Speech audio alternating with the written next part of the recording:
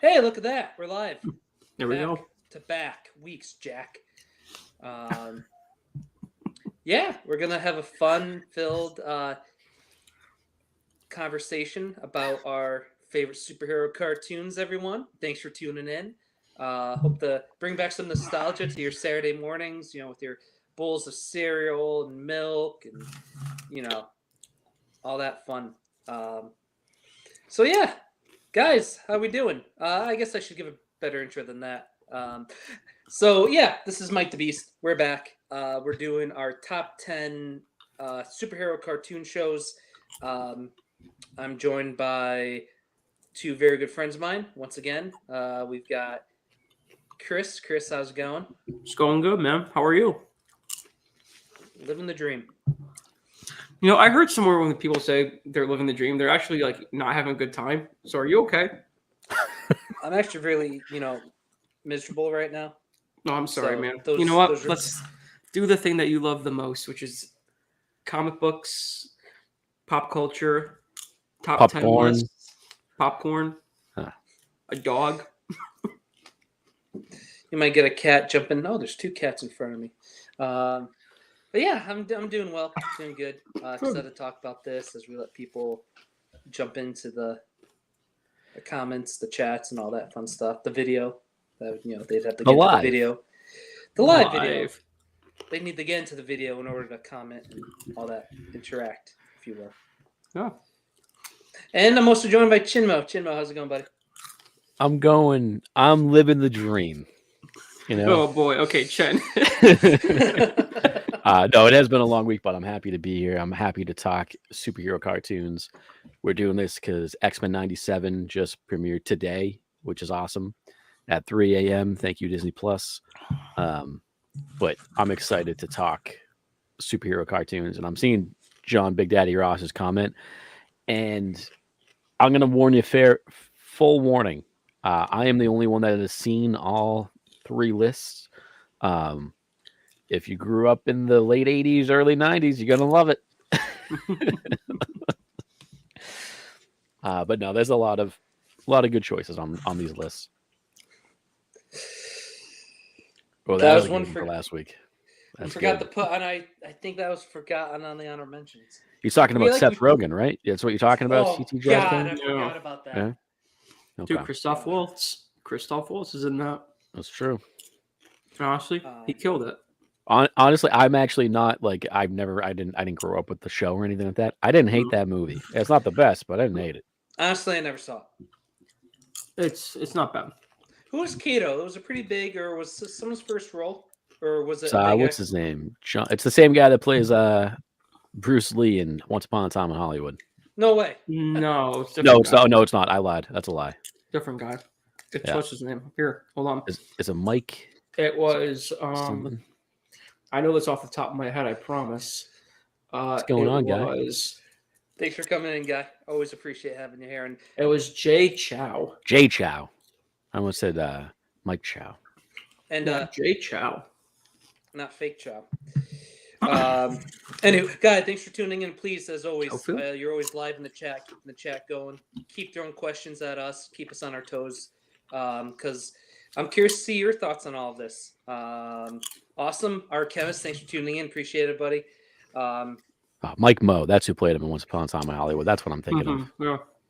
We're going to have a fun show. For those just tuning in, Chin's the only one who knows all three lists, and Chris and I only know our own. So you know what? Now no one's ever going to know. I'm not sharing anything. Take your best guesses. And please, actually, I would continue. I'm just going to sit here and drink my juice box. Some popcorn. Please, we want to hear all your thoughts. If you've seen said shows that are mentioned at any time, and if you love it, if you hate it, hit that like button regardless. Tell a friend if you haven't subscribed. Let's hear your top tens. Let's hear them. Absolutely. What's your top 10? Go. Love it. Paulie, thanks for tuning again. Love having you. Guy, if we're talking cartoons, there's no way I'm not drinking a Capri Sun. Come on. See what in the chat? What were your go-to cereals growing up, or cereal, or hot take? Right off the rip, I don't like milk with my cereal. All right, Mike. What the fuck? Okay. It Yeah, takes away that's from the flavor. It gets all soggy. Maybe. So what? Are you a dry cereal guy? First off, we should have a top 10 cereal list because I would love that. But Yeah. second, what the fuck? It makes it all soggy. That's like some serial killer shit, man. Especially now, I'm a coffee guy, so I'm not going to put coffee in the cereal, obviously. Okay, actually, I was just about to bring that up because my grandparents do that. They put their coffee with their cereal, and they seem to love it. This conversation has taken a drastic turn that I'm not super pumped about, if I'm being honest. This is something else. Listen, at least you're not dunking orange juice in your cereal. All right, let's talk cartoons because this is ridiculous. Before we start, yeah, Miles. Come on. Jay, thanks for tuning in. Love having you, buddy. Yeah, King Kong. 2 weeks. It's going to be a great time. April 6th in New Jersey. Greg, MTG Comics. King Kong 5. It's unbelievable. That's so close, and it's already been 5. Always a great show every year, and I can't wait. It's going to be a lot of cool people there, a lot of great vendors. Great time sure to be had. Amazing Murphinator, who's sometimes in the chat. He's already showed his, he's put out a couple of videos, what he's going to be bringing. He's bringing some fire, especially if you have ASM silver. So King Kong 5, going to be great. If you're anywhere in the world, if it fits you want to be in New Jersey that weekend. And I'll say it right now. I mean, we usually do plugs at the end, but 3 Men is going to be doing a dealer preview show that Wednesday before. So, yeah, those couple days leading up to King Kong, there's going to be some dealer previews. If you're there the Friday night, that's always a fun time hanging out, helping people set up the vendors. And then, I think there's a bar, right in that hotel this year, bar restaurant. So, hang out, party in people's rooms. It's a great time. Always a great way to stay in shape. I say we've babbled, I've done a good job. Let's talk cartoons. Yes. Do it. So not much, a quick intro, it's pretty speaks for itself. Our top 10 cartoons, superhero cartoons. There might be a couple here that weren't really comic book originally, but I'm excited because I think they still, if you look at their characters, they're definitely super powered and fight for all what's right. So it's a couple exceptions there that you might, not think of. Basically, for my list. Basically, if they fought crime, it basically went to our list, if that makes any sense. And all eras are open, but as Chin said, 80s and 90s, they were great times. Except for this guy. There's a handful on there. Yeah, there's a few. All right, I'm sharing it. Let's pop it up on screen. Let's get this thing going. Top 10. Skadoosh. Again, welcome to my high school presentations. Google Slides. It's great. Chin, was this a group presentation? Was this a group effort? Please save all questions till the end. Thank you. Okay, well, A+ anyways on your high school thing. Hands and feet inside the car at all times. All right, here we go. Number 10s. I'm going to kick us off with, I'm really curious to see if the chat is familiar with this show. I was born in 92, so a lot of, the 90s cartoons I just said were all of, what I watched, woke up Saturday mornings to watch. Street Sharks, no exception. Now, a lot of people are like, what's that Teenage Mutant Ninja Turtles ripoff? Yes, but exactly what it is. the Turtles weren't Jawsome. So, Street Sharks, tale as old as time. 4 kids, they 4 teenagers. The father is a scientist, vanishes. We don't know where. His partner, Dr. Paradigm, at the time, kidnaps the kids, runs experiments on them, fuses them with shark DNA, and voila, they become the Street Sharks.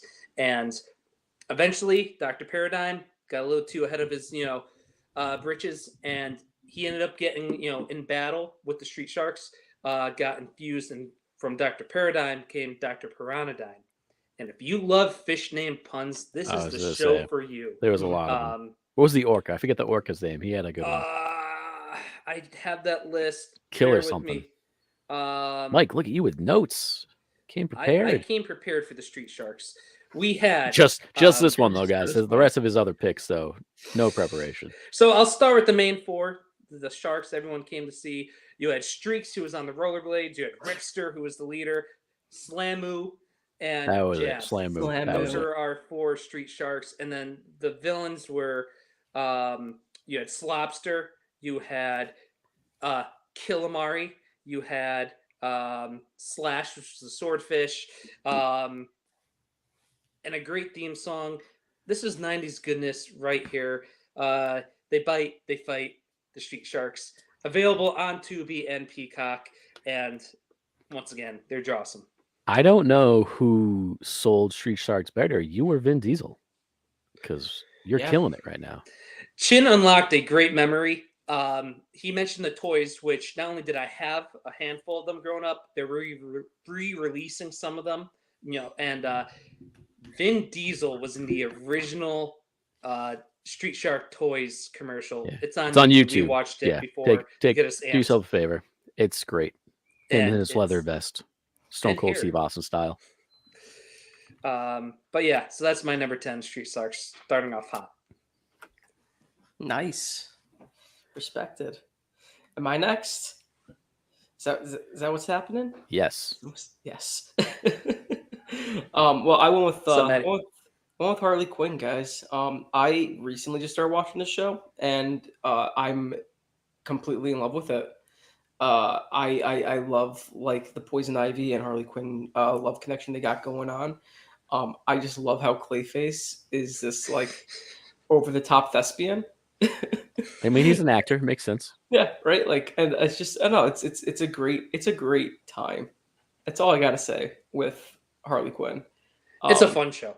Like I only put it on my list because I'm literally in the middle of watching it. Fair enough. I haven't watched it yet, so I can't comment. But I've heard nothing but good things. Chin, it's fun. It's fun. Yeah, it's good. Especially like the whole first season is just like Harley Quinn's like come to terms with like, oh, I don't need Joker. I don't need him. Easter eggs, references, cameos. It's the Valentine's Day episode. I don't know if Chris, you've gotten that far yet. Yeah, I did, yeah. It's so much fun. Props to HBO Max and Kaylee Cuoco. Yeah. And it's a crazy voice cast in it. Thespian. I mean, we don't know. It depends on what he transforms into. That's a very good point. Yeah. And if you watch the show, actually, Maddie's not completely wrong. But just spoilers aside, I'm already sold. That just sold me. Clayface does not discriminate. The voice acting and cameos and Easter eggs, it's so much fun. It's such a fun show. Cool. All right. My number 10, I went with X-Men Evolution. This was on, my teen years. It's a take on X-Men where they put them all in high school, basically, other than Wolverine and Storm and Professor X. But it sounds like it shouldn't have worked, but it was actually a really good show. The storylines were great. What they did with all the characters and villains, like the style of it looked awesome. Sabretooth was such a cool villain in it. They bring in other X-Men later on, Gambit, Colossus coming in like season 4. It was actually a really, really well thought out show. It was only 4 seasons. And I love the X-Men. So, I was like, what? This deserves a number 10 spot for me. Yeah. I remember watching this growing up. And like, I remember how much I loved Nightcrawler's like transformation of like his high school self to his X-Men self. Yeah. The Watch. Like, the Watch, yeah. Even like when Gambit was my favorite in the series. Like I thought Gambit should always be the favorite in every series. I'll say it right now. Of course, but I thought this was really good. I thought this was a really good adaptation of him. It was. It was a fun take on all the X-Men. Yeah. And villains, they did great, and I loved all the reimagining the designs they had. Yeah. All the villains.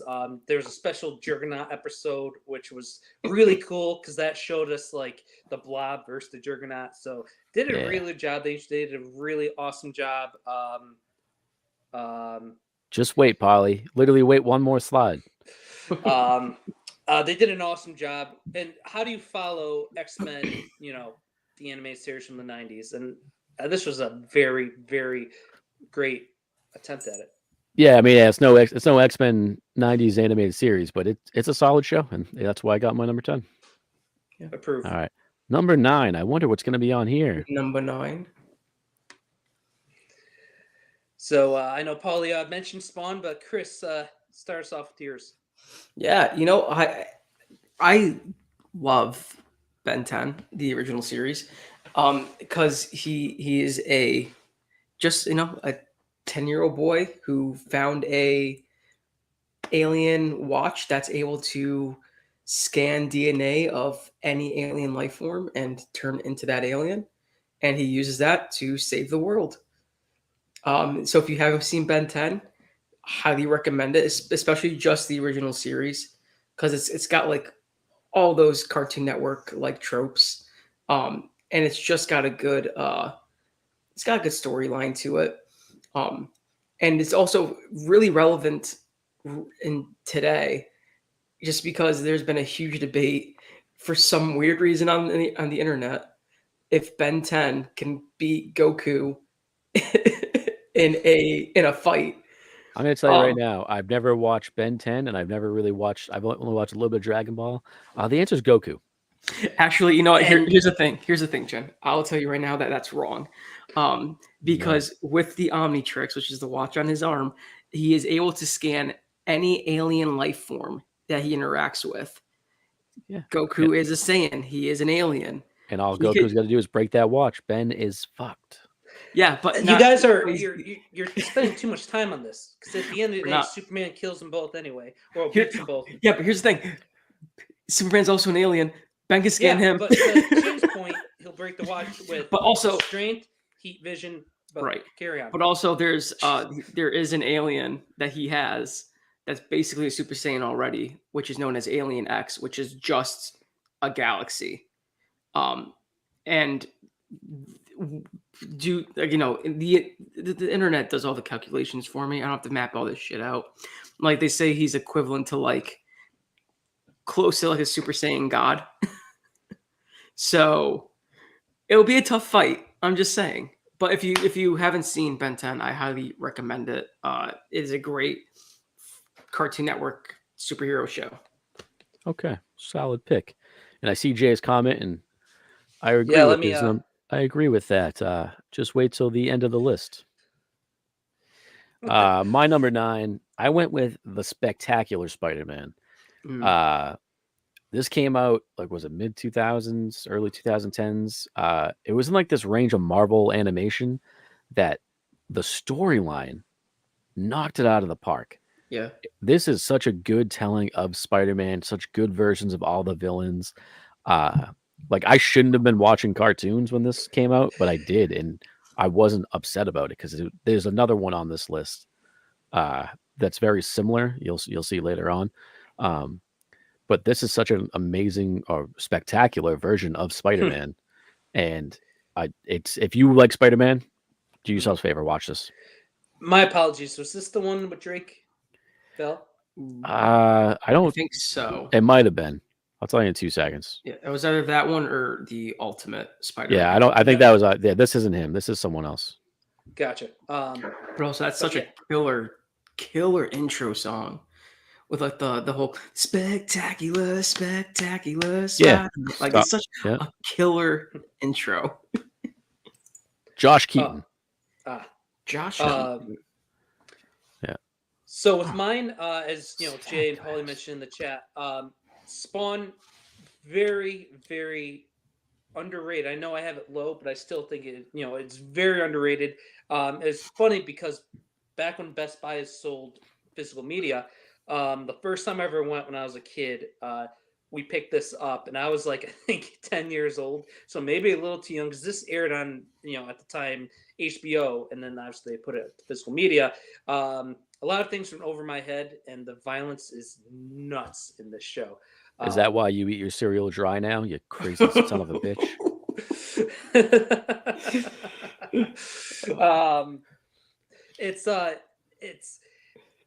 They started off. Each episode had a fun little, so completely 90s intro by Todd McFarlane in a dark room, wearing like all black, and like this gothic introduction to the show. And we mentioned Keith David in a pre-recorded video, but Keith David, who's also done the voice of Goliath. Yeah. It's a lot of great, horror and comic book related stuff he's done. Nails the voice of Spawn. And since now grown up and reading more Spawn, the original run at least, they do a really good job with Angela and the Malaboja, the Violator. A lot of those classic characters from the original run are displayed well, and I believe it is on HBO Max. So if you guys haven't seen this, It is, I think, yeah. I definitely recommend it. It's really, really good. A little ahead of its time before the superheroes really became. I would say this was this was really kind of like the first, like, hey, this is an animation, but this is for adults, and they did it well. Spider-Man. Alrighty. Number 8. Number 8. Here we go. I'm sticking with the Spider-Man theme. I went the 90s Spider-Man cartoon because it's amazing. No pun intended on that one. This, along with the other 90s cartoons together, I mean, when it crossed over with X-Men, it was awesome. This is Spider-Man I grew up with, and it's very, I don't want to say it's super accurate, but it's pretty accurate, and it's very true to the comics, and I like that. And this was like my Saturday morning. This was like one of the cornerstones of like, hey, all right, Spider-Man's on, X-Men, we got Batman, like that. These were my Saturday morning cartoons. So it had to have made my top 10. I'm gonna gush about this maybe a lot more on this show, but I gotta say, I wouldn't be the comic book fan if I wasn't for two things. Not only these 90s cartoons, which made me want to go read the comics, but my dad introduced me to them. Growing up, it was just Saturdays would just be like Barney and then Looney Tunes. But then when I got, old enough to really comprehend a lot of that, 6 years old, my dad, let's watch this. And it was the Iron Man show from the 90s, had an awesome killer rock theme song. And then that was my gateway into all the Marvel and all the, not just Marvel, but DC and all the superhero shows. So it's the 90s were great. And thanks to, my dad, I wouldn't have gotten introduced to these shows and eventually became, the comic book nerd that I am. So speaking of 90s goodness, you got your number 8 right there. So yeah, I mentioned Keith David already. Great voice actor. He did the voice of Goliath here, the Gargoyles. This was an awesome gateway horror before I knew I would eventually become a big horror fan, because this introduced the idea of gargoyles to me, and they're a creature that's throughout history, but it's again introduced in the cartoon fashion, and just I remember this being an awesome action-packed cartoon. I think the voice of Patrick was also one of the voice of the gargoyles, but they fought robot gargoyles. There's Demona, who's introduced later in the show. I remember there was a human antagonist who was just a real son of a gun, and swear, Mike. Awesome. Someone that eats his cereal dry. It's crazy that you don't swear. This show was on Disney Plus, and it which was awesome because it introduced the show to a whole new generation or generations. There's talks of it like being rebooted, or even cool. Live action or a feature-length movie. There were comics at the time when it came out, and since there's been more comics, on the independent scene as well. So, do yourself a favor if you haven't watched the Gargoyles and read the comics, and fingers crossed we do get a rebirth of them.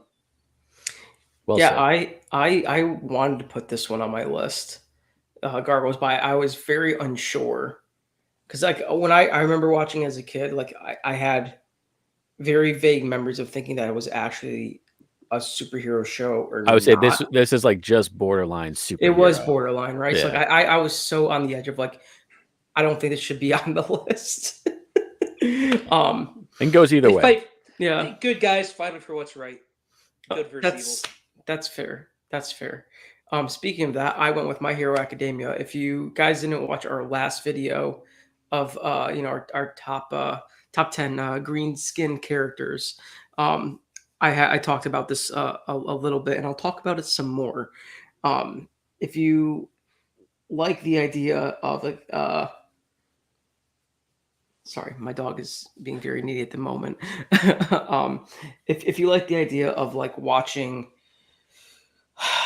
it's basically X-Men, right?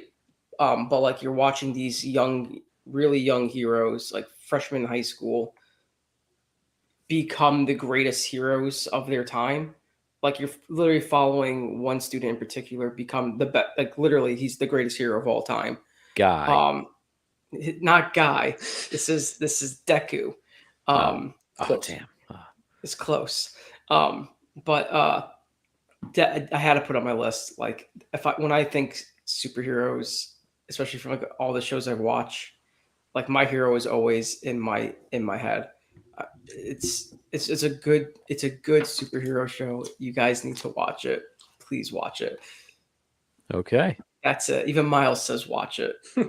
See, like he's like watch it. All right, number 7s. Here we go. Wow. And we're back to you, Beast. So I went with the Batman. Obviously, there's another Batman show that was like, when you think Batman, it's first that pops up. But like I said, about X-Men Evolution, how do you follow up the predecessors? The Batman, I think, is a sneaky, very underrated, solid Batman cartoon. Awesome, cool, early 2000s sync rock intro. This kept with like that gothic theme with the art design and the theme of the overall show. And just like with X-Men Evolution, very similar, I'd say. Cool new redesigns of the characters, the classic villains.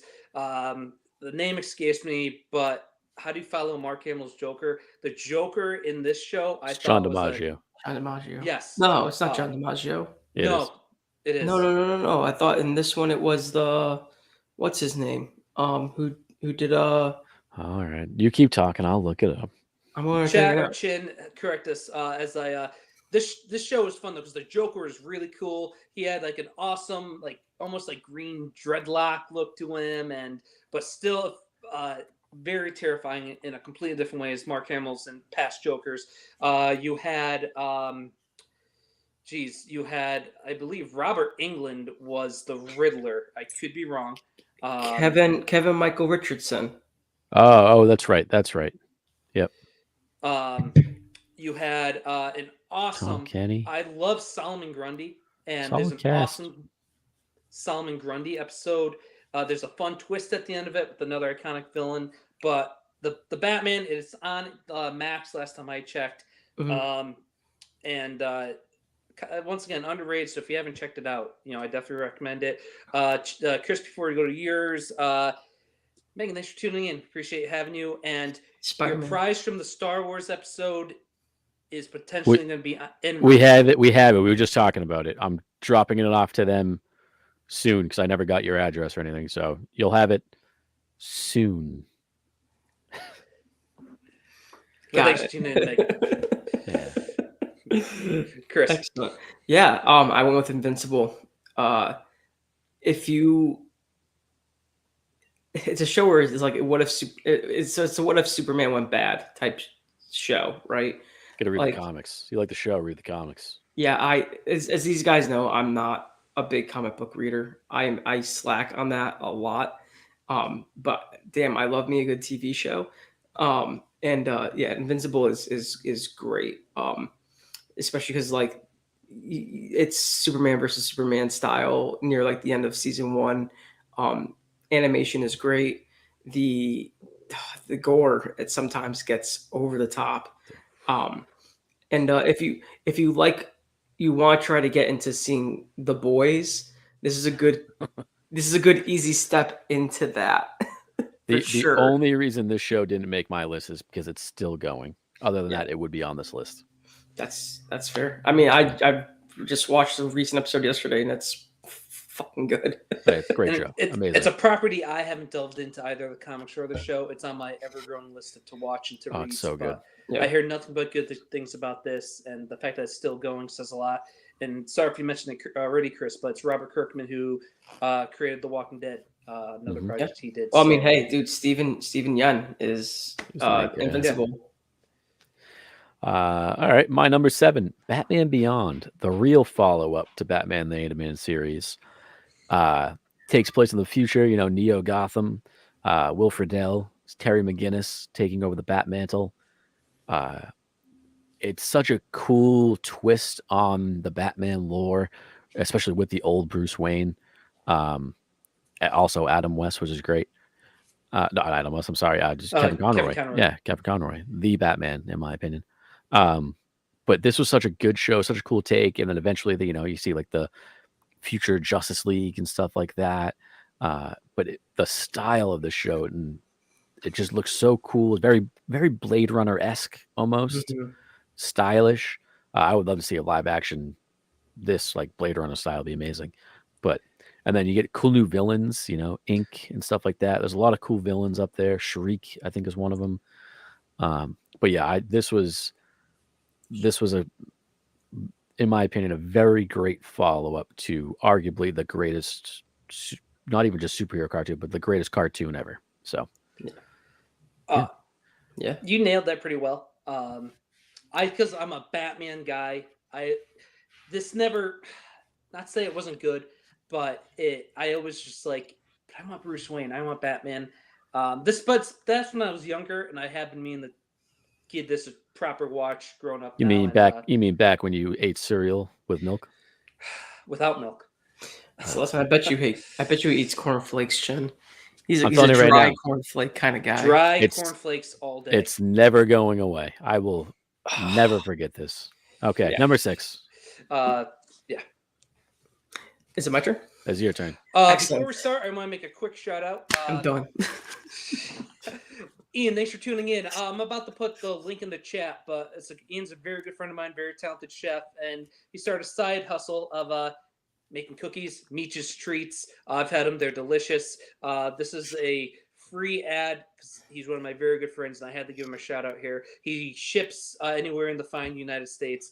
The link's about to be in the chat. But Ian, thanks for tuning in. And if anyone's interested in great cookies, click the link in the chat.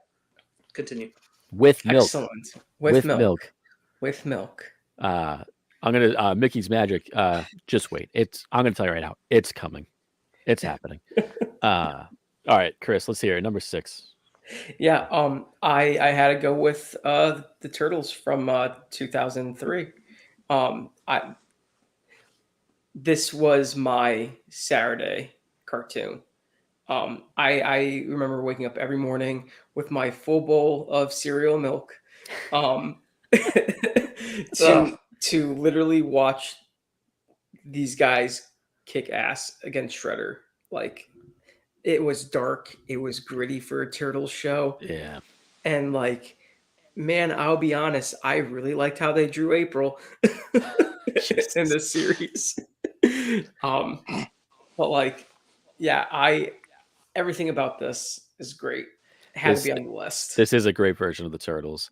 It's very like, especially coming off of like the 80s, 90s show, where it was very like fun and friendly and kid friendly and stuff like that. And this was a much darker, grittier tone of the Turtles, much more, I mean, not as dark and gritty as the comics, but much more in line with it.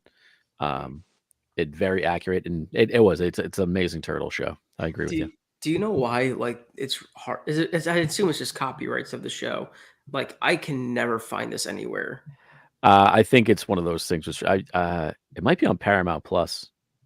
I know all the other Turtles. If it is, I'm literally watching that tonight. I could be wrong. I'm going to turn my TV on right now to see if that's true. You could probably find it somewhere. I know the other Turtle stuff is on there, so that would be my guess. That'd be my first place I'd look. That's where I'm going to find it right now. While you do that, and Mike eats cereal without milk, my number 6. What a monster. Is the Teen Titans from 2003. This, I mean, don't get me wrong, I love Wally West and like the original Teen Titans and all them. But when I think Teen Titans, it's Robin, Cyborg, Beast Boy, Starfire, Raven. Because of this show, I grew up with it. Also, kind of in line with the 2003 Turtles, like kind of darker, grittier. Granted, yeah, there was a lot of humor and stuff, but they did some pretty serious storylines. And amazing show. It's the reason I love Beast Boy so much. But yeah, this was one of my favorites growing up, and actually to this day, it's one of my favorites. So that's why it's number 6 on the list. I had a Slade wallet, the Deathstroke. Back in the day. Very cool. I thought that portrayal of the character was really done really well in that show. Yeah, for not being able to say Deathstroke, they did it very well. Chris, were you going to say something? No, I think you found turtles. I'm so happy right now. All right, well, Chris is going to be checked watching out for the rest of the. Yeah, he's going to be checked out for the rest of I'm this. done, guys. Goodbye. So this brings me to my number 6. My favorite team in comics, the Fantastic Four. This was my introduction to them, to the awesome creations of, Jack Kirby and Stanley. But Jack Kirby. The Fantastic Four. Now, why it's lower? I wish I could have the show higher. The first season is great, especially for the early '90s when that wave first started of superhero cartoons. The animation's fine and right along with that time. It's kind of heavy on the corniness. The designs, are fine. Dr. Doom's great. Season 2, however, if you guys aren't familiar with this at all, the animation style changed to fit a lot of that, to fit more of like the Spider-Man and the X-Men. What happens when you get a budget, And just the stories, they did a phenomenal job. My introduction to Galactus was in this show, and there's an awesome episode when Galactus comes to Earth, and not only are the Fantastic Four there, you get Thor, you get Ghost Rider. They also have Frankie Ray in there who would then become Nova. Once again, Dr. Doom is even more menacing, and there's an awesome episode where Dr. Doom persuades, kind of kidnaps Bruce Banner, and this was also a crossover at the Hulk show at the time of the 90s, and then we get a classic Hulk versus Thor, a Hulk versus the Thing in this show, which is a classic comic book rivalry, and this was probably my favorite episode of the show. Felicia Masters, the Thing's girlfriend, great episode for her too, and an awesome. The first season had a catchy theme song, just call the 4, don't need no more. But then the second season, new theme song, all instrumental. Sing it. No lyrics, but give us the riff. Do do do do do, and you see bum ba-da-dum, ba-da-dum, and it's the 4 of them running like this, and it's just awesome. So it's on Disney Plus. It's the Fantastic Four, the first family of comics. Nice. I can't hype up the show enough. Season 1's rough, but that season 2, man. All right. I say before we move on, Guy, I feel like I know 2 of the ones that you want to see on here, and in my opinion, I feel like you want to see Transformers. I wouldn't really classify that as superheroes. Great cartoon. I wouldn't say superheroes, though.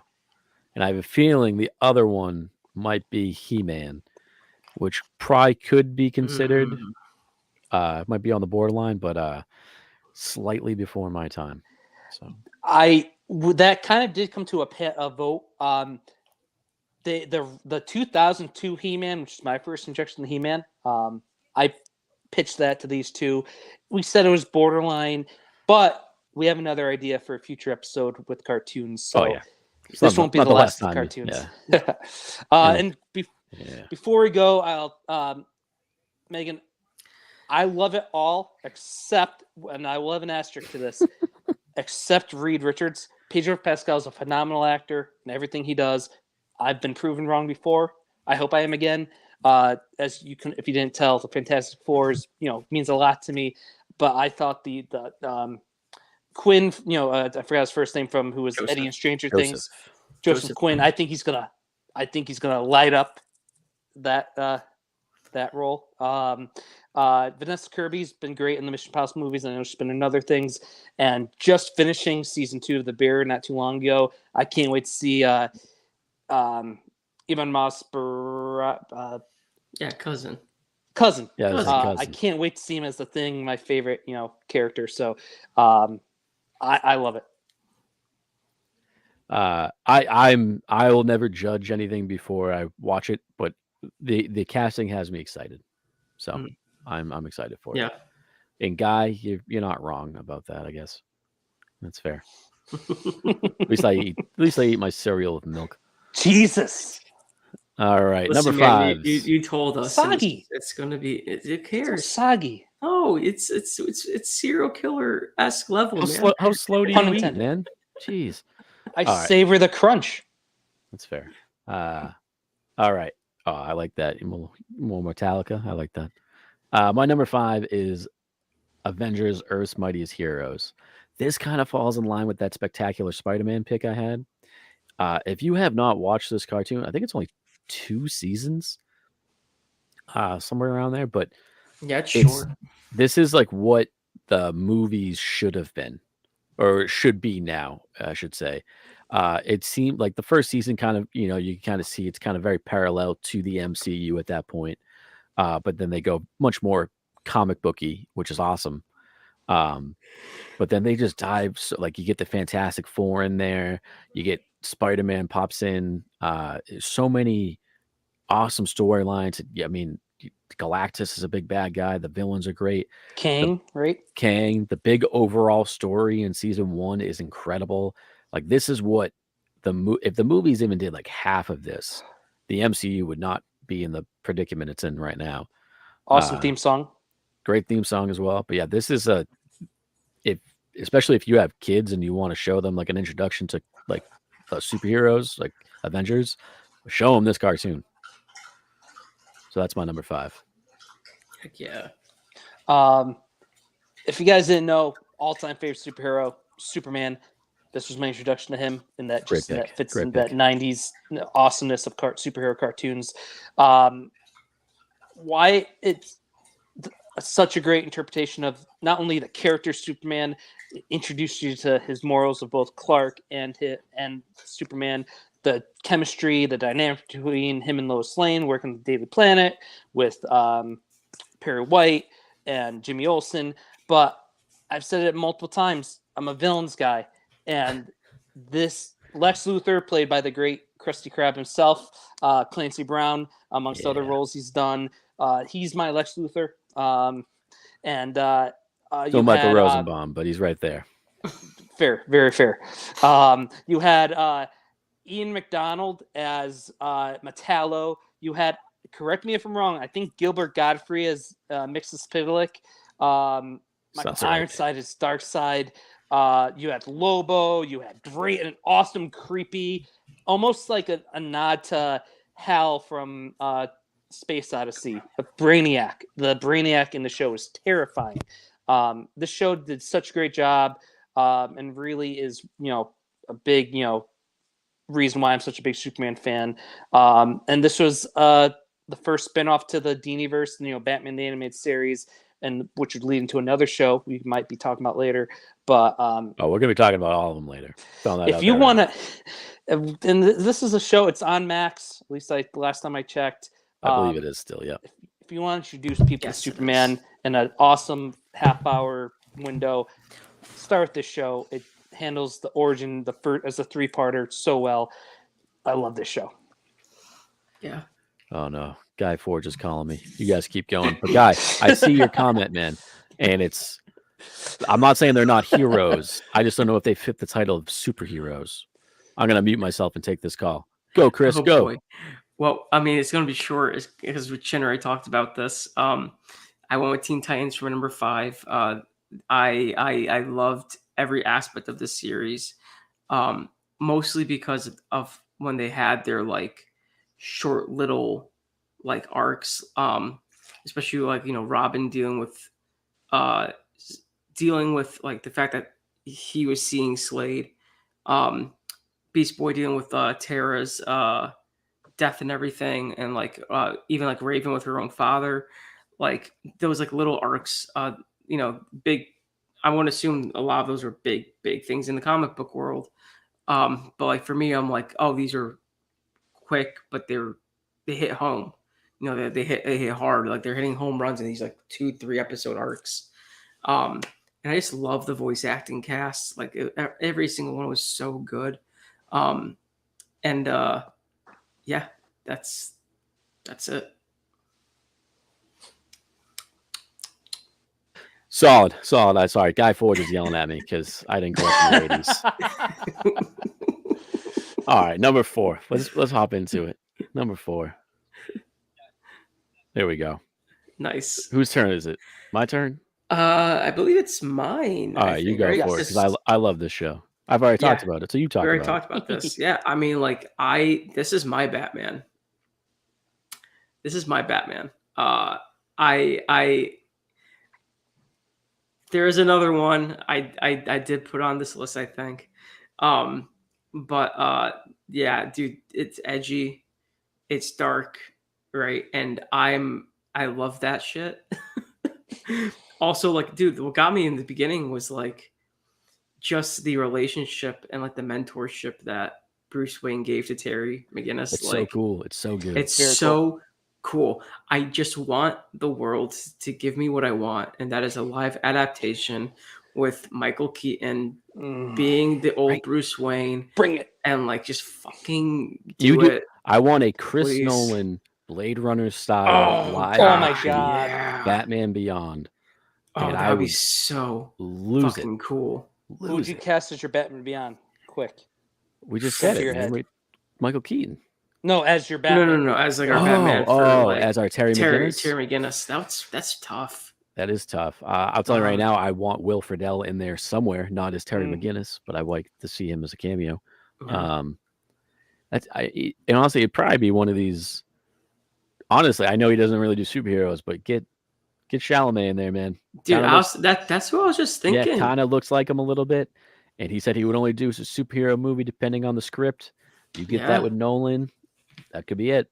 I'm pulling up mine. Chris, is that yours too? Because I got to pull up the name. No, I don't know. I mean, like, there's a few other like young actors now that are like doing stuff. You know what? Here's the one that pops into my head. Here's the thing. Roll with me real quick. If they thought of this idea of doing a live action in the 90s, you know who I think would look perfect for the role? Matthew LeBlanc. Early 90s. Early 90s. Very early 90s. He had the build. He had the cut. He would have been perfect. I don't hate that. Perfect image for Terry McGinnis. And he also had the attitude. He did. But in my head now, I can just see Batman flying around like, "How you doing?" That's what I'm picturing. Yeah, that's the downside, right? Mine is if you guys saw the Holdovers from last year at Paul Giamatti, the young actor Paul Giamatti would not be a great pick for this. I'm sorry, man. Honestly, you can never rule out Paul. That's true. I was gonna say the young actor who co-starred with him and had great chemistry with Paul Giamatti in that movie, Dominic Sessa.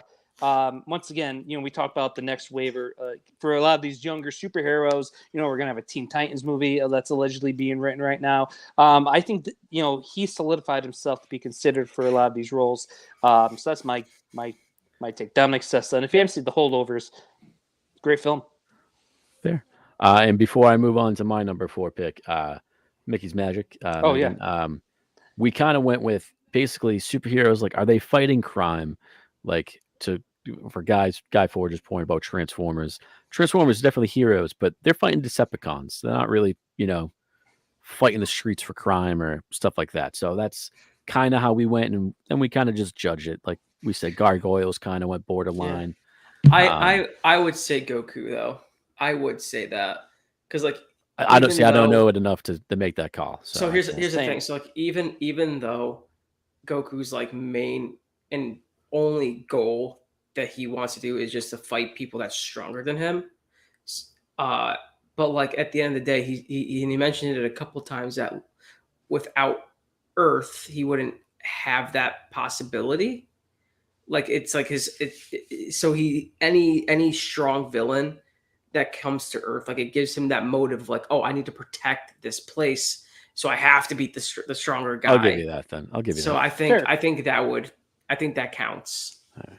But once again, we are planning another, and I know we've talked a lot on this side. Yeah.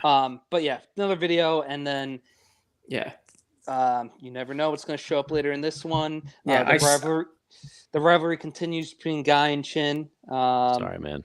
I mean, they're still friends at the end of this. Guy, you can't be upset with my number 4 pick here, though. X-Men the animated series, not only the greatest intro theme music of all time, but such an amazing cartoon. Basically, the reason why I love X-Men so much, especially why I love Gambit so much, this was this and one other show was like that was the pinnacle of my childhood cartoon watching days. The second you heard that guitar riff, you're like, oh yeah, the next half hour is gonna be amazing. I can't wait. From the very beginning, like Night of the Sentinels, that 2-part opener, like it doesn't come down from there. I can't wait. I know it just came out today. I can't wait to watch X-Men 97. So there's a reason this should be on, if not everybody's list. No, it should be on everybody's list. I'm just gonna say it. This should be on everybody's list. This is an amazing show. It ages very well for the most part. There's some 90s things, but it takes how many seasons? And I'm going to talk about this. Maybe we'll talk about later. There's five seasons. And Polly, I see your question. If I am conscious after this, that's exactly what I'm doing. Likewise. And Guy, I didn't want to bring it up, but yeah, they made some changes in the new one, but it just gives us that nostalgia. We can look back in the picture and look all sad at it, like Wolverine looking at the picture. Exactly. But no, this honestly, when I think superhero cartoon, this is the first one that pops into my head. So, and it might not be the last time you hear from it on this video. I don't know. So I guess that brings me to my list. Sorry. That brings me to my 4, and I talked about Superman on the last, for our 5. We've hinted and talked about Batman the Animated Series. Also adds to that awesome intro. Xavier and Magneto. But Paul Dini, to his brilliance, you come out swinging with Batman the Animated Series. You have Superman the Animated Series. What comes next is just Justice League and Justice League Unlimited. The first time we've had that, like it was the 7. Well, no, correction. I know we had other shows. We had the Super Friends and some other times these characters were together. But and this was, I believe, right after. This was either 99 or right 2000, 2001. But the Justice League cartoon. You bring Kevin Conroy's Batman into it. The Superman voice actor did change, but for the most part, though, 90% of the cast on all the shows stayed the same. All the villains and everything, with both between the two universes or Batman and Superman shows. And just where do you begin? You mentioned Mike Rosenbaum, who's Lex in Smallville. His Flash is, he's a big reason why I love Wally West. Mm-hmm. Say right now. You had my really first introduction to Green Lantern was through this show, and one of the first, I think it's right after the initial the pilot episodes. You had the Trial of Hal Jordan, and that's when you get introduced to the Jon Stewart. Yes, that's right. That was bold, and to me, that's right. Going back to it, it's bringing all the nostalgia just flashing right now. I was like, wait, who's Jon Stewart? Because I had the little that I did know of the Justice League is Hal Jordan. I didn't know there were more Lanterns. So to get not only Jon Stewart but voiced by Phil Lamar, awesome voice actor. We could do a top 10 Phil Lamar animated voices. And then the trial of him, and you have the Guardians and Oa, and then we got a version of the Legion of Doom. Mark Hamill's Joker came back. We got Clancy Brown still Lex in this. We had Gorilla. Just we could spend a whole video on this show. And we will, because I would love to. Yes, we have a bunch of ideas, DC and Justice League related. But this show was just, and once again though, it's like they couldn't do it in live action yet. I love Zack Snyder, and we're looking at Mickey's Magic's comment right there. I agree, and I'm hoping Gunn can pull off something half as good as this cartoon. And seriously, as much as I do like the Snyderverse, it's just like this show did it right. Granted, they're working with, TV and half hour, and you have all those episodes to flesh it out as well as they did. But man, they killed it. Absolutely. All right, top 3. We ready? Here we go. Boom. All right. Is it me? I think it's me. No, I think it's Benson. All right, so, go for it, buddy. Chin mentioned this earlier. This is my number 3 because when it comes to Marvel, it's a coin flip. FF Spider-Man, which is my favorite Marvel comics. Spider-Man, the everyday, the hero that you could relate to, Peter Parker. And like Chin mentioned, they did such a great job adapting a lot of the stuff in the comics. And this was less than X-Men. I believe this was only like 3 seasons. If that, I think it might have been 2. Yeah, but they were pretty long. They're meaty seasons. If you look back, all cartoons from the 80s and 90s, when we say a season, we mean 112 episodes. Yeah. So I think I'm pretty sure this one though. I think it was only like around 50 or so. Like it was actually a lot smaller than you think. It was. Yeah, it wasn't as big as some of the other ones. It packed a punch. It really did. There's also why Venom. Well, my first introduction to Venom. Hank Azaria, Simpsons fame, did the Eddie and Venom voice very well. They did the Black Suit Saga very well. They did, my favorite, I talked about Green Goblin in our last live video. I won't do the impression again. But they did the Goblins. They did a little curveball. They started with the Hobgoblin, which then would lead to the Green Goblin. But they made it work. They made it work. It was the cool scene that, where we see the Green Goblin costume created from the Hobgoblin. It's this, you got Rhino, you got Scorpion, you got Shocker. They couldn't say Sinister back then. Yeah. So there was the Insidious 6. They couldn't use, they had a couple other restrictions. They couldn't have bullets. So a lot of, and this was a lot in the 90s, other than, Batman, but they had like lasers. But Joe Perry of Aerosmith, not as, maybe as iconic as the X-Men theme, but a really solid 90s rock intro. It is good. You're right. It's no X-Men, but it is good. And I should have had the name ready for the voice actor, but this is, when I read comics, I hear this actor's voice in my head when I read them. When, they really focused on Mary Jane and Peter in the show, just like the Superman anime did Clark and Lois well. This show did it tremendously with Peter and MJ. And there's a scene where, I won't get into it too much, but it's just like he emoted so well in this show. And like, I can hear the Mary Jane, like, it's, and then there's this is just a phenomenal. The Kingpin was great. My introduction to the Kingpin was iconic in this show. They tackled Doctor Strange was involved. Like Chin said, they tied it in with the X-Men animated series. Lots of crossovers. Huge crossovers.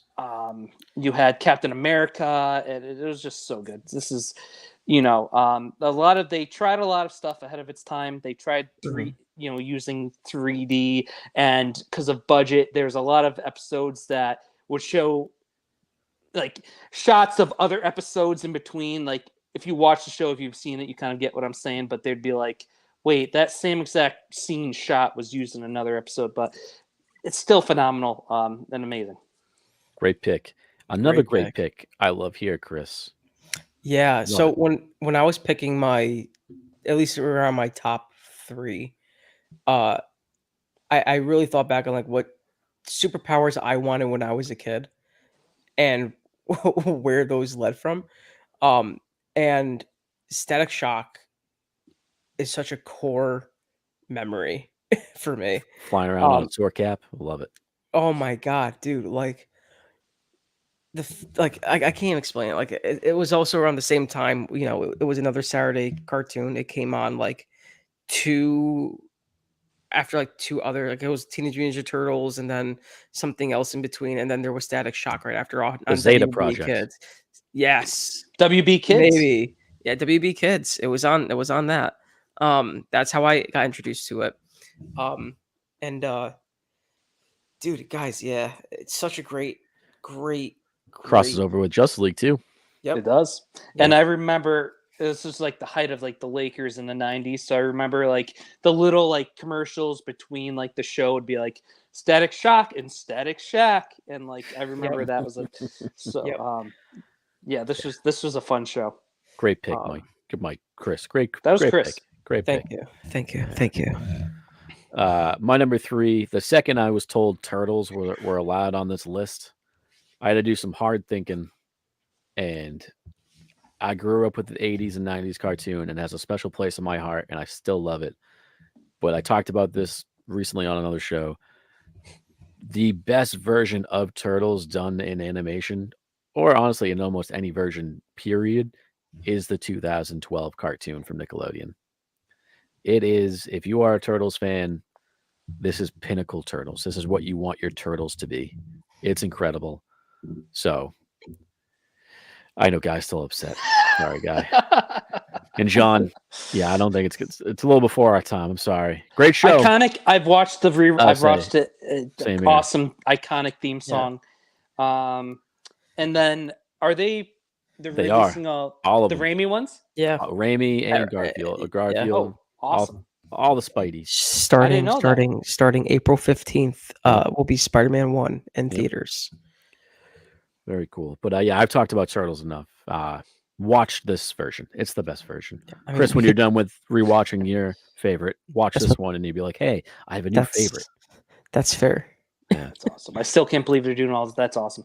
Yeah. All right. Number 2. And I've got a caveat with number 2. I have an asterisk on mine. Here we go. Interesting.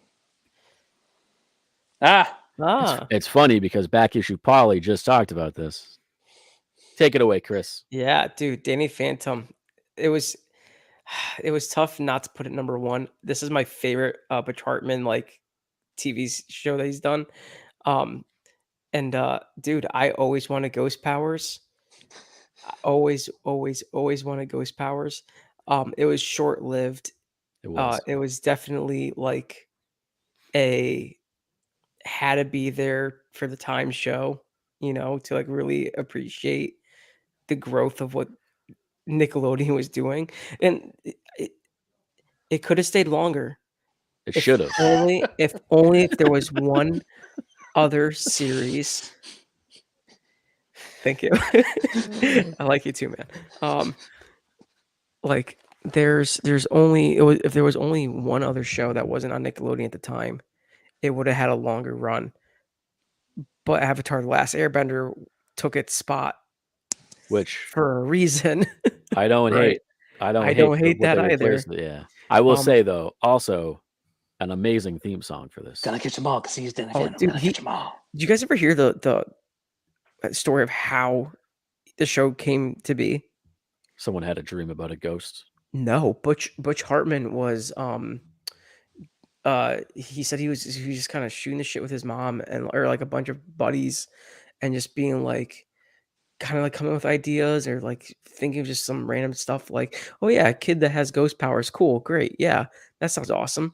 And Nickelodeon called him during this the next day or so, and they're we really like what Fairy Godparents doing. Do you have anything else we could do? He's like, oh yeah, no, a TV show about a kid with ghost powers. And they're good, we're running it. He's like, what?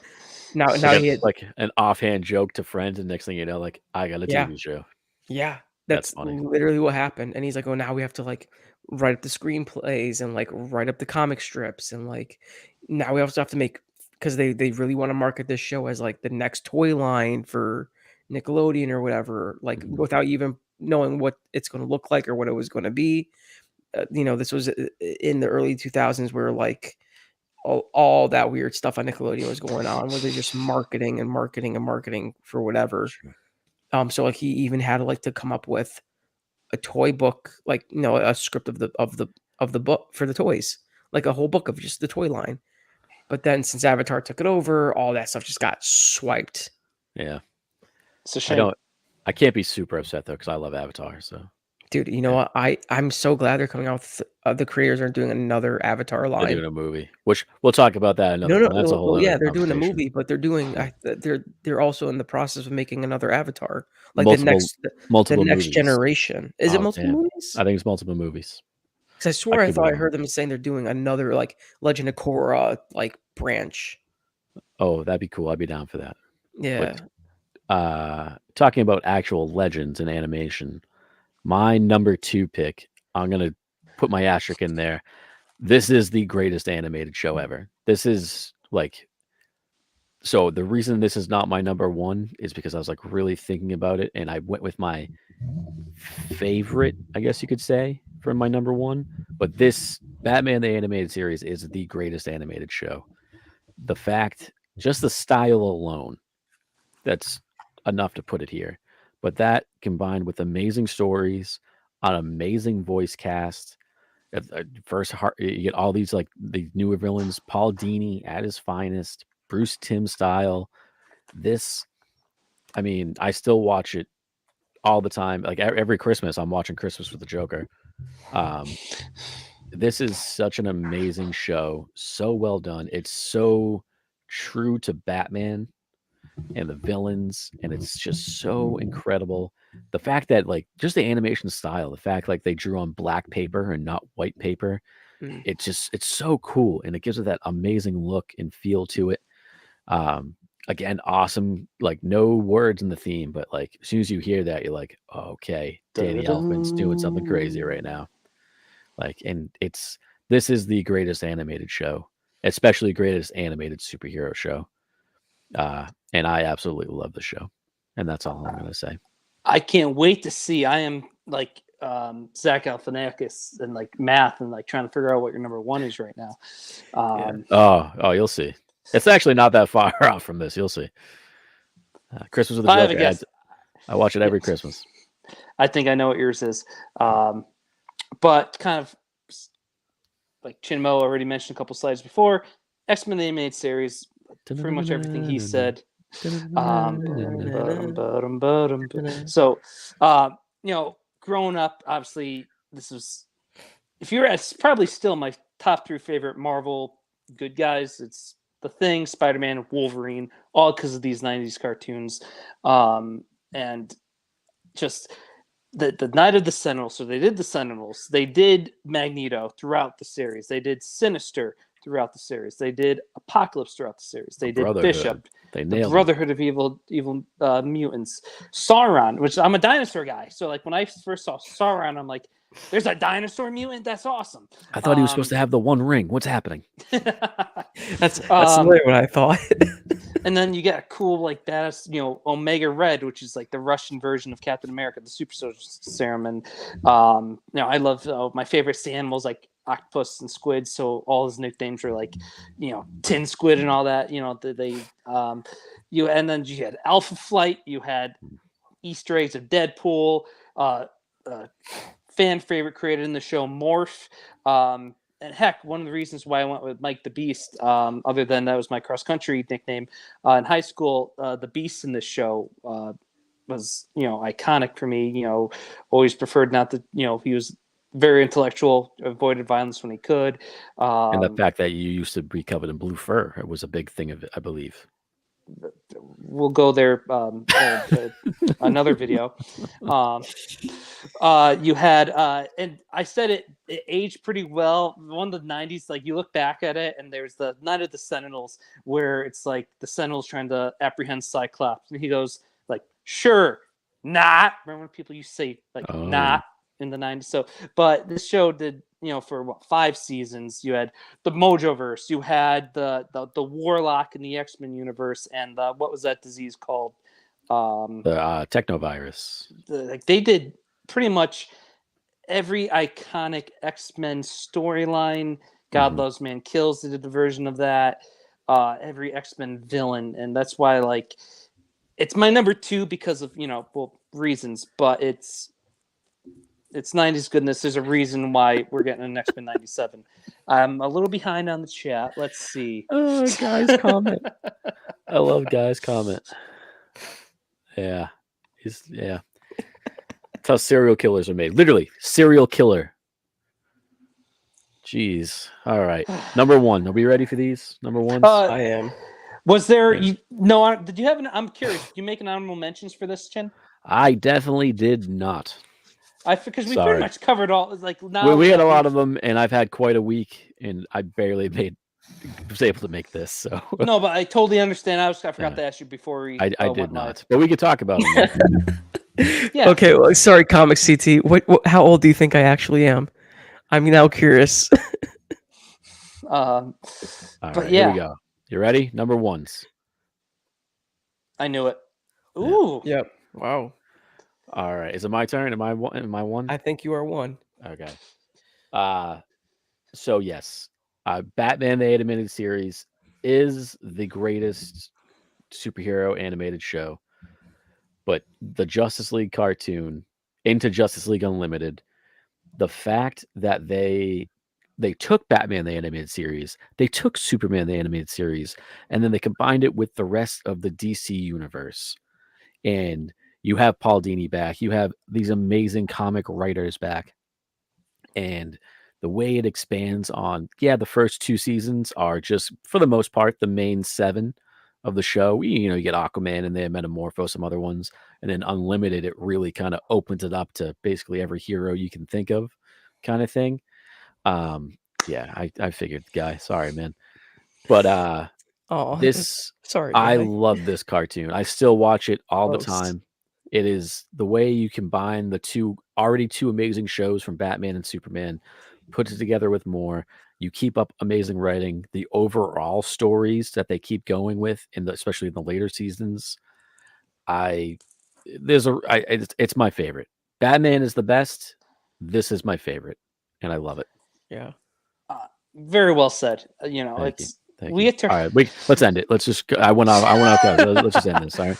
You get to our top 4. It's in a way a coin flip. I've said this before we even started doing lists. I hate making lists because I interchange so much, and yet the Beast has got me on here almost every week making lists. I love creating madness. I like to watch the world burn while I eat my cereal without my milk. Crazy SOB. Stupid cornflakes. All right, let's talk about yours. So you may have heard it already in the show. Chin did a very good job covering this. This is my Batman. I do have plans for top Batman, top Joker, top Batman movies, but Kevin Conroy. If I read anything Batman or Joker, it is Kevin Conroy and Mark Hamill, and I know I'm not the only one that says that. You're me included. Same thing with Arlene Sorkin. I believe she just passed away. She did very recently. I know Tara Strong did a lot after her, but Arlene Sorkin was the original voice of Harley Quinn. It's you mentioned the villains. You had Clayface. Ron Perlman did Clayface. You had John Glover as the Riddler. A lot of people, Chin and I, have been fortunate to meet in conventions. John Glover actually blew in my dad's ear. That's a story for another time. Kinky. He's a ride. And it's funny when I met Kevin Conroy after, and I got him and John to both sign a picture of them both, from the show. And I met John Glover. He was a trip. And Kevin Conroy goes, "Yes, he is. That's a good way to put it." And they're there's a ton of other great voice actors in that show. Yes, there is. Yes. And I talked about how the Spider-Man actor, I should have looked it up in a sense, but how he emoted Kevin Conroy's performance, and there's videos on how he switched, and people talking about how he switched, how he goes into how he voiced both Bruce and Batman, which a lot of these cartoons, it was pretty much the same voice with them and their alter egos. Because he went to school at Juilliard, I believe, he did. Which is one of the most prestigious acting schools in the world, and so just R.I.P. Kevin Conroy. Once again, he was awesome. I was it was awesome to get a chance to meet him, but I remember being thrown off because it then spun into, if you will, the new animated adventures or whatever of Batman, and that's when they changed the animation style. I'm like, why does the Joker look like he's an Animaniac? Why are his eyes, and why is he somewhat colorful? But even as a kid, but still, we're gonna put that aside. Still good though. Still good, and you still had they did Mad Love. I believe that was an iconic episode with that new, and then the Superman. I think it was an episode in the Superman. I forgot to mention it, but I believe the World's Finest, or the first Batman Superman. It happened in the end of the Superman show, but that's an iconic 2-parter where you have Superman, Batman, Clark and Bruce meeting each other, and with Lois, and you have Joker and Lex, Harley and Mercy Graves. Great stuff. Just yes, once again, and it all comes together in Justice League. That's why I love it. No, I love it. There's not one bad pick on these. I love these top 3, top ones. So, Chris, Why is Spider-Man your number one? Well, I mean, Benson can vouch. I am a huge Spider-Man fan. I love just the, he was he was the first superhero to have normal problems, right? Like Everyday life, yeah. everyday life, right? And like that made him really personable. I saw a lot of myself in like Peter Parker of like, especially growing up. And I think a lot of us have at that time, like especially in high school. But like coming out that he was actually, he was this strong, lovable superhero. Like I idolize that a lot. And I try to put a lot of that into my own everyday life. And this cartoon series literally did that for me when I was a kid. Like that, it inspired me to try to be the better person half the time. Because just like Spider-Man, we all have our downfalls once in a while. Like like especially with his black suit. And I just love the animation of it. There's so much I love about that you guys have already talked about, like this was the only show to make all three of our lists. Yeah. Like I got nothing to say about this show. Like I literally named my dog after he's named after Miles Morales, but still a Spider-Man. Like he's just my dude. You can't escape me, Shocker! I'll chase you to the ends of the world. What's by the way, that's his name. His name is Christopher Barnes, by the way. I would say it's Barnes. Yeah. When he had the black suit chin, the symbiote arc. Oh, it's incredible. Oh, it's great. He goes berserk. He goes on a killing spree, which, by the way, if you guys, and I don't know if you guys have played it yet, but like the recent Spider-Man game, Spider-Man 2 on the PS5, that black suit is a skin option. And now that we had the new game plus that finally, the developers put in the most recent update, playing the symbiote like scenes in that costume brought back, because it had a lot of that bluish black, I'm guessing. Yeah, well, you could change it to that color. Yeah, it's like that's like sweet. Actual animation style. But cool. Like, dude, like when he had those like in the scenes, like those really dark moments, man, that suit brought me back, like flashbacks hard. To once again sitting on a couch early in the morning watching Spider-Man with a bowl of cereal with milk. The way it should be done. No, this had to be my number one. I want to hit some solid pick. I want to hit some chats, but another, we mentioned Mark Hamill. Mark Hamill is the Hobgoblin. Yeah.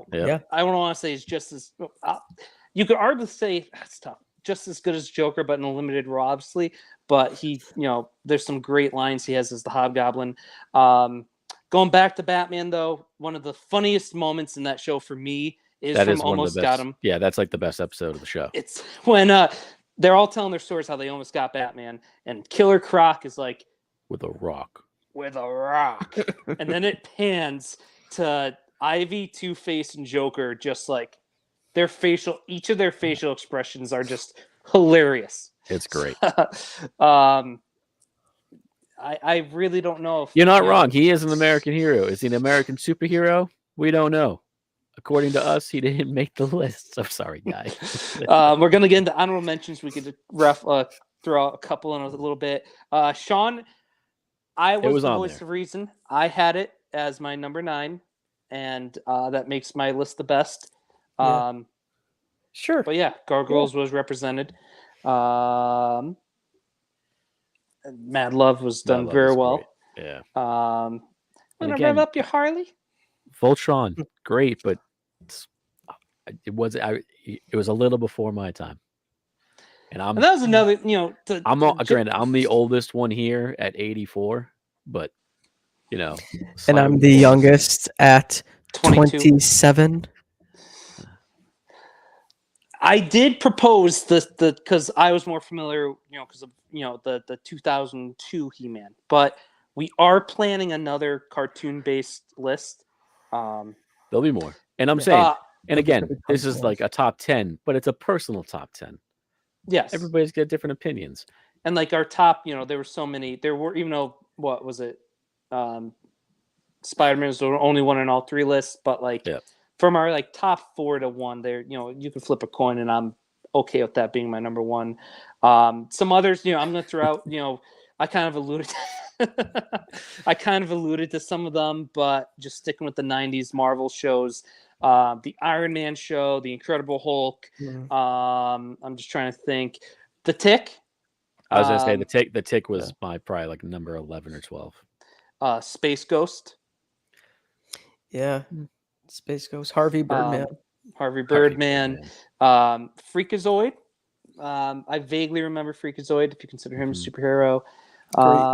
Great intro. There's a bunch that we didn't put on, like even like John Big Daddy Ross was saying on here, like even the Super Friends and Spider-Man shows. I love them. Yeah. Like I've gone back and watched a lot of them, and it's just, you see a lot of 90s on here because that's basically what we grew up with. That's that's our childhood, and I'll fight anybody that doesn't say Batman the Animated Series is in our top though. So Chris, we're going to talk about this later, but that's fair. Yeah. Paw Patrol is my number 11. Big Hero 6, a movie, but a Marvel property. I think they made a show out of it too. Oh, they did? After the fact. Megan would know. Shout out, Megan, thanks for, coming, to this video as well. And Mickey's Magic, check out on Instagram and on YouTube. She creates some great content, especially if you're a Disney fan. There are talks of a future list with, involving Disney and Megan as well. We have some big Disney prices coming out, later in the year. So we're cooking something up, Disney related, and we're looking forward to that. But Megan, thank you for tuning in. And the Star Wars prize is coming soon. I'm going to say it's en route. Sure. But yeah, this was fun. This, honestly, if you asked me, if you said someone told me I was going to be doing a video like this, I thought this could have been like a 3-hour video easily. So to keep it under 2, and I'd say we went half of that. Yeah. They don't have. I still have it. It's my fault. I didn't have an address to send it to, so I'm gonna drop it off. I'm gonna drop it off to one of them next weekend, and then you will have it very shortly after that. Absolutely. I already suggested that one to them, but then I'm sorry, Megan. But thank you everyone for tuning in. This was fun. This was we figured with X-Men 97. This was one I had planned like when we first started doing these, and it fit perfectly with X-Men 97 coming out. Guy, thank you so much. We always love having you here. And so I was happy we were able to do this, and this was fun, and I got to remember to keep sending my list, and Chin suggested just send to him and, not in our group chat, send them individually, because this was cool, because I was like really wondering, because Chris was a little, like 10 years younger than both Chin and I, so I was really curious to see what he was going to throw onto this list. And 10 years. I'm only 3 years younger than you guys. I'm not that fucking young. I was under the impression there'd be no math.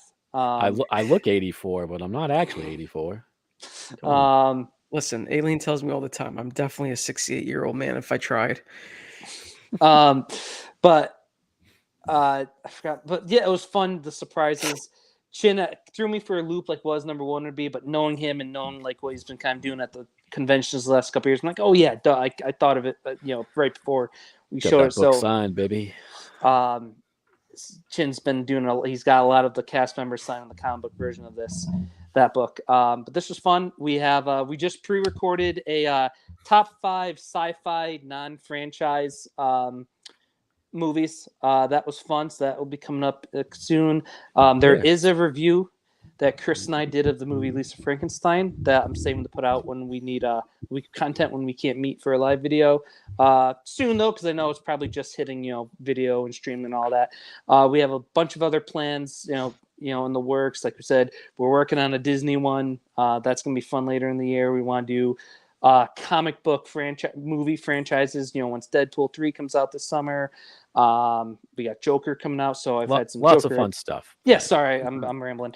But thank you everyone, and really appreciate it. If you guys aren't subscribed to the channel, please hit that like button, share it, tell your friends, and follow me on the Instagram, Mike the Beast Benson. And yeah, just trying to work up those views and fellowships and trying to fix the, go at that algorithm or whatever they say. But yeah, I appreciate everyone who tuned into this. And thanks for everyone. Once again, it was fun. Before we go off, Chris, anything you'd like to say before we leave? Yeah, I mean, follow me, guys, under my title From a Little Town. That's my music pages. You can find me on Instagram. You can hear me on Spotify, Apple Music, basically anything that you can stream music on. My stuff is probably on there. And I actually just revamped my YouTube page this past couple of days. So like it has all my.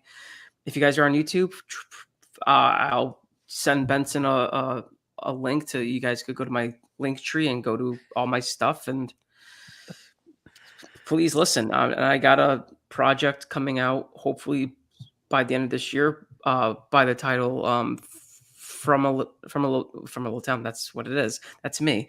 A new EP called named I'll Be Fine will be out hopefully by the end of this year. Sweet. Awesome. Chin, I know you got a head. Yeah. I do some stuff with the group called 3 Men in a Basement. We got a bunch of shows coming up. We're gonna have a bunch of we're gonna do a bunch of live shows of some dealer previews. We're gonna do one for ClipsCon. We're doing one for KingCon. In 2 weeks, we're gonna do one for Little Giant. A lot of fun shows coming up soon, and I can't wait. So check us out on there. And I'm gonna go to bed now. Also, kids, remember, milk with cereal. It's the American way. I really think we need to do that though, for real. Like we need to do like a top 10 like cereal list. I would love. I love cereal. I am serious about my cereal. Super cereal. I don't like sogginess. Okay, let's end the stream. Let's end it. Yeah, I know you gotta go to places. Yeah. Get out of here. Once again, thank you everyone. Mike the Beast non-milkless cereal. Mike the Beast Benson. Follow me on all places. Thanks for tuning in. 3 Men in a Basement. I have some great previews coming up for some upcoming shows. You're gonna want to be there. Thanks for tuning in. If you haven't subbed, set notifications, like all that fun stuff. Thanks for tuning in. Night, guys. Bye, guys. Bye. Here's the awkward part where Mike can't hit the